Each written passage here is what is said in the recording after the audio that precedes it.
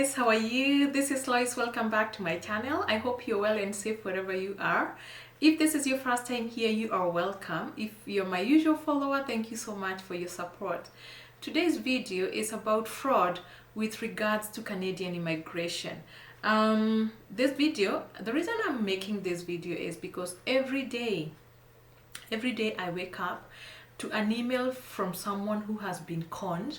Either they paid for something online with regards to immigration, and now that person that they paid has gone MIA, or they're sending me a document which could be a visa, an LMIA, a work permit, or a job offer, and they're asking me to verify its legitimacy. Okay, so these are growing concerns. I'm seeing a lot of these things, and that's why I just want to address this issue here today, because it's a big problem, and I think COVID has just escalated this issue for one reason or another that I don't know.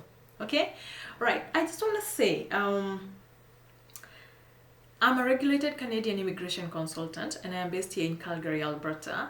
If you have any question, if you need any professional advice, please send me an email and book a paid consultation. My email address is going to be at the description part of this video. Okay, I also want to say that today, the reason I'm making this is I'm not here to smoke out anybody. No, I'm not here to call out anybody. That's not my job. I don't work for Canadian government, so if Canadian government wants to come after these people who perform immigration fraud, they can do so, and they do so. Okay, that is not my job. I am just here to make sure that you're not falling prey to these scammers. They could be online, or they could be physically available in your hood or in your city. So that's my sole purpose. Okay, I know, and I'm a believer that there's enough sunshine for everybody. That's how I work.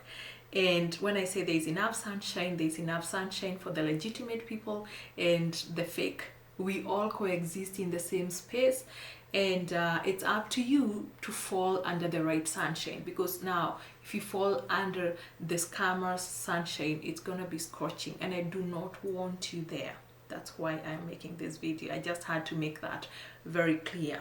Okay, you know, I know when you look at the government website, it can be quite overwhelming. That is on Canadian immigration. It can be quite overwhelming. There's a lot of information to grasp there, and it's quite hard to maneuver, because you know, you feel like you're going into loops and you're getting information overload. Okay, and that causes people to, you know, to feel desperate, and then they end up looking for shortcuts. They're looking for shortcuts. They're looking for easy way to immigrate, and then now that's how they fall. Majority of them fall under the hands of these scammers. I just want to tell you, there's nothing easy about Canadian immigration. There is nothing easy about it. No. I know at times we say things and we make it look easy, but if you can ask from people who have immigrated, yeah, it's a lot of paperwork. It takes years, some take, you know, months to years. It takes a lot of time, a lot of your resources, money. It's not easy. It's a grueling process, yes, that needs meticulous work. And that's why I want to help you to make sure that you're investing everything, and you're investing it in the right way. Okay, so how are people getting scammed? The first way people get scammed is by using ghost consultants, and I'll call them ghost consultants because that is what the Canadian government calls them.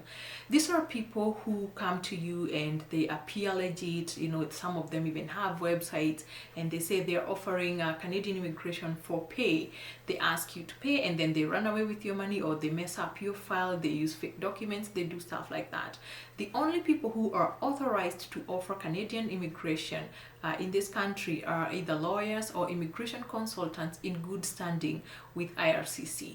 So before you engage someone, make sure that you're asking for their license. Always check for their license. If you're working with an immigration consultant, make sure that you can verify their license at ICCRC website. You go on ICCRC and type find a professional, enter their last name. It's not a business name, it should be their last name. Businesses are not allowed, they're not regulated by ICCRC, only individuals are regulated. So ask for their first and last name, and that way you can find their license. Okay, all right, always check on people's credibility before you engage them and pay them your hard-earned cash. The other one is visa guarantees. I want to tell you this: no one should be able to guarantee you a visa. When a representative, whether it's a lawyer or an immigration consultant, is helping you to work, we do help you file your application in the right way, correctly, to give you the best shot the first time. Okay, but we do not guarantee you a visa, because it's not, the buck doesn't stop with us. The final decision lies with the visa officer or the member who is adjudicating your refugee case. So it's either of those, but it's not up to us to guarantee you a visa. And I know people send me emails and they're like, you know what, if I pay this money, are you guaranteeing me anything? No, I cannot guarantee you ever. I cannot, because I don't make the final decision, and no one should be able to guarantee you. If they're guaranteeing you, and I will tell you this for free, I know Nairobi has people who guarantee people visas and they pay a lot of money. It's because corruption is involved. That's the only reason why someone can guarantee you a visa, because they have, you know, they have done whatever they've done with the right people. Okay, but yeah, you cannot guarantee, no one can guarantee you a visa. Okay, the other thing that I see is fake job offers, and these are people who are asked to pay money to get a job in Canada. I have said time and again that no one, very few cases, in very few instances can someone get you a job in this country. So if someone is asking you to pay a certain, you know, amount of money to get you a job in a house and I don't know what, please, my friend, it's not gonna happen. Okay, it doesn't work like that. Stop and run. I saw an interesting one last week. Someone sent me that they were asked to pay $500, and this person was gonna take care of get them a job, get them a passport, get them a visa, get them a house in Canada, and that job they're getting them was gonna earn them $68,000 per year. And I was like, whoo, that's such a good deal. Yes, because it's fake. There is nothing like that, my friend. Run. Okay, the other one is fake documents, and this one is so sad, and I see it so many times. People come to me and they've been denied a visa. Maybe they were coming here as visitors for something and they've been denied a visa, or you know, even their permanent residence was refused because they used fake documents. And I'm talking of bank statements, marriage certificates, you know, job recommendation, stuff like that. Those things can get you into a lot of trouble with Canadian immigration, because the moment you're caught using fake documents, then you're charged with misrepresentation. Being charged with misrepresentation, you know, not like being taken to court, but I mean you're going to be found to have misrepresented material fact in your application. You can end up being banned from ever entering Canada, or even for 5 years, and you're just going to ruin your chances of ever immigrating to this country. So don't take that risk whereby, you know, someone, I know people tell me that, you know, yeah, this person, I paid this person X amount of money and they got me a bank statement, you know, a job that I didn't have, and then you're denied a visa. That is very bad. And you know what, in the eyes of Canadian immigration department, using a fake agent, or you know, using someone who messed up your case is no excuse. You did that intentionally. You solicited their services, you paid them to do that. So if you're paying someone, now that goes back to my first point, make sure that you're using someone who is legalized, because you can complain about them. You know, you can say that, yes, I used Loise and she got me fake documents. That way the government can come after me, right? But these people that, you know, they mess up your cases and there's nothing that can be done because they are not regulated in Canada. So make sure using a fake person and using fake documents, whether you did it or someone else did it for yourself, it's no excuse. Okay, right. The other one is fake LMIAs, and I'm just gonna tell you this here. If you're looking for a job in Canada, it's up to your employer to get you an LMIA, a positive LMIA or an exemption. It's not your job ever as a potential employee to be applying for an LMIA. I know I've seen people tell me that I applied for an LMIA and I'm like, why did you even apply for an LMIA? It's not your job to be applying for an LMIA. The employer applies for an LMIA with ESDC here in Canada. Only then can they send you a positive LMIA that has the number and everything, and now you can use that to file for your work permit. The other one is the work permit, fake work permits. There's so many of them. People send me these documents. They're like, please Loise, check whether this is legitimate. Yes. So you are going to apply for a work permit only when your employer sends you that positive LMIA and a job offer. That's the only time you're going to be applying for a work permit.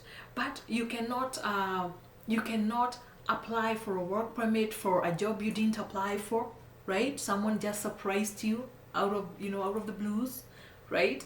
No, make sure that you're doing things right. Take time, stop looking for, there are no easy ways, and these jobs people are promising you about fake work permits. You have to apply for a work permit, and guess where you applied? At IRCC. That's where you apply for your work permit. You have to put in the right documentation to apply for your work permit. Another one that I have started seeing is fake provincial nominations. There's so many of these, and the best part of provincial nominations that I have seen is people telling me, I got this email that says that I have been nominated in Canada. Nominated where? A provincial nomination comes from a particular province, so it's either going to be province of Alberta, Ontario, British Columbia, whatever, PI, all these provinces.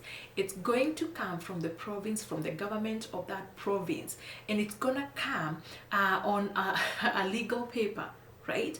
A legal paper with the right websites, email addresses. They do not come from Gmail and Hotmail and Yahoo email addresses. No, they're not gonna come from those people and asking you to send money to. No. Please be careful. And on provincial nominations, I also want to tell you, the only time a province is going to nominate you is first, either because you applied for you did something called an expression of interest. You applied to that province to be nominated based on your qualifications or even ties to that province. The only other time you're going to get a provincial nomination is because you are already in the express entry pool, and the province went in there and fished, and they saw your skill set, and you fit the kind of a profile they're looking for. That's the only time a province can give you that kind of a nomination. Either you applied for it or you're already in the pool and you have skill sets that are needed by a particular province. Outside of that, no one is gonna be sending you a provincial nomination. Okay. The other one that I want to talk about before I wind this up is fake websites. There's so many websites advertising on social media about recruitment. I have seen so many people forward me, they're like, is this legitimate? Recruitment in Nairobi, and people are recruiting you, they're getting you a passport, they're getting you this, they're getting you the job, they're doing all this. And guess what? Look at these websites where these things come from. Some of them are purporting to be, embassy, the High Commission of Canada in Nairobi. Those ones don't do such things. They're not gonna be recruiting. No, the embassy, the Canadian embassy, is not gonna come to Nairobi and start recruiting. So please stop, don't fall for that. Make sure you check the websites. They should be legitimate websites. They should be using legitimate email addresses. You know what? Something you can do always verify. Go online, make Google your best friend. Go there, type the email, type the website, see whether it's a legitimate company. If it's a legitimate company, you know what? You can go a step further. Call these people. I have seen people tell me, I got this, there's this company that is coming to recruit in Nairobi. They're called, I don't know what, XYZ. They are based in Canada. Before you proceed, go on the web, go online, Google that company. Most of these companies that are used by scammers abroad, they already have warnings, they have disclaimers on their websites that say, we are aware that people use our name to recruit people. We are not recruiting people out there. So make sure that you check. A simple check can save you a lot of time. If you're sending me to do some due diligence on your behalf because you know you're receiving this, I'm gonna ask you for money. I will ask you to pay for my time. If you want me to check something, I will, you know, I'm happy to do that. To check whether that company, whether it's a recruitment agency, I can make calls for you on your behalf, but again, you're gonna have to pay my time. You don't have to do that because you can avoid all these problems by checking for yourself. These are things that you can check for yourself, okay? Check for these things for yourself before you fall prey to this. Avoid Yahoo. You know, no one is going to be sending you anything from the government on Yahoo, Gmail, Hotmail, you know.